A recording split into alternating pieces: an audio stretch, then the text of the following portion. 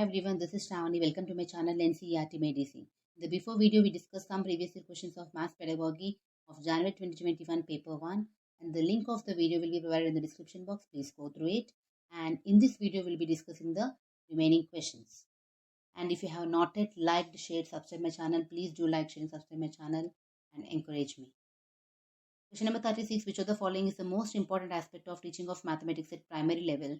Option 1. Preparing for higher education and employment. Option 2. Promoting and preparing for technology. Option 3. Making mathematics part of the children's life experiences. Option 4. Developing rigor in calculations. The main aim of teaching mathematics at the primary level.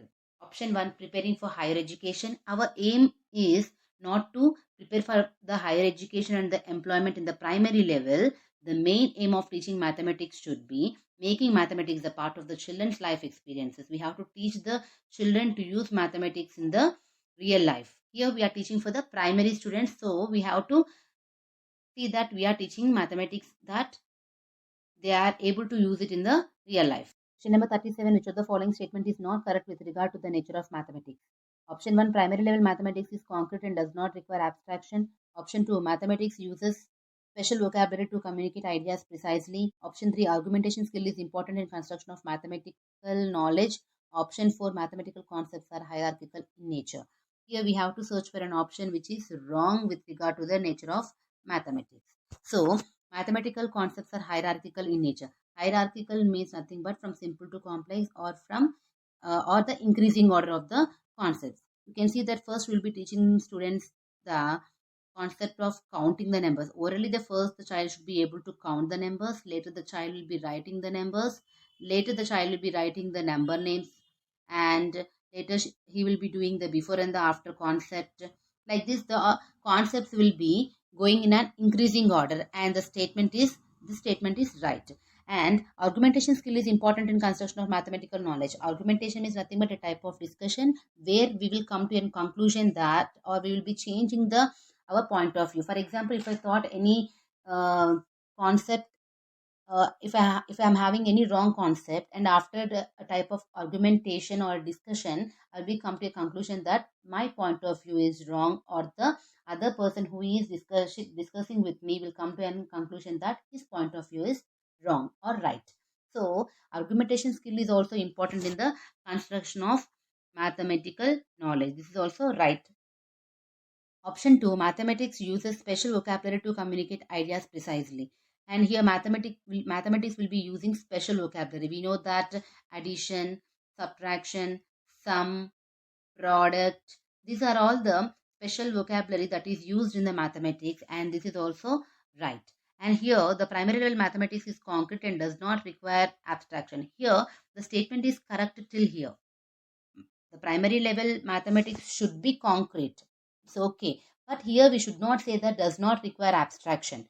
So here option 1 is the wrong statement. Why it is wrong means does not require abstraction is the wrong one. For example, in the beginning we will teach the students to add 3 plus 2.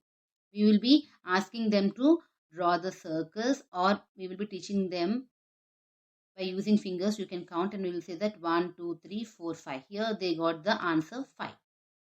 Later we will be asking the students to do 2 plus 3. They have to do this calculation in the mind. So here the concept is abstraction. So we cannot say that the primary level maths does not require abstraction, and this one is the wrong statement regarding to the nature of the mathematics.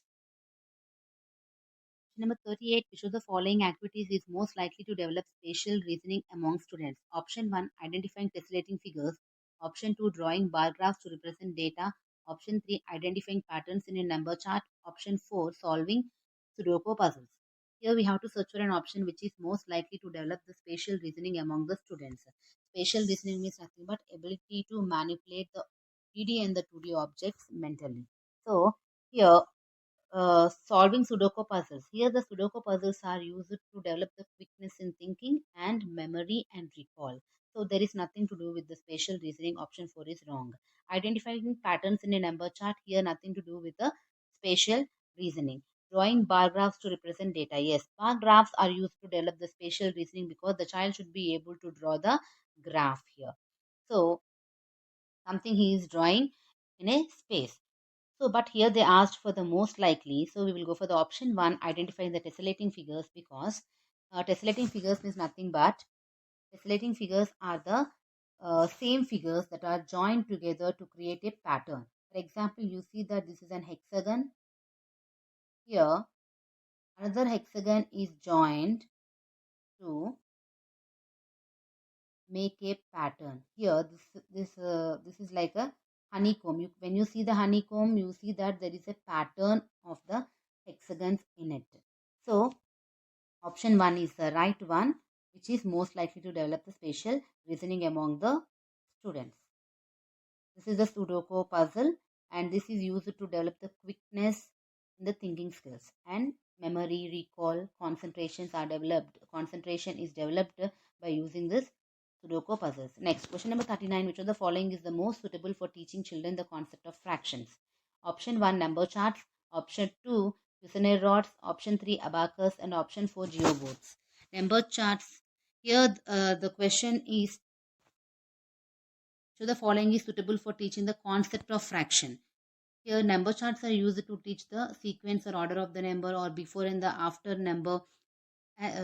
This is not useful for teaching the concept of fraction, and Cuisenaire rods are useful for teaching the concept of fractions, and abacus is used to teach the addition, subtraction, multiplication and division, and also the place values to the children.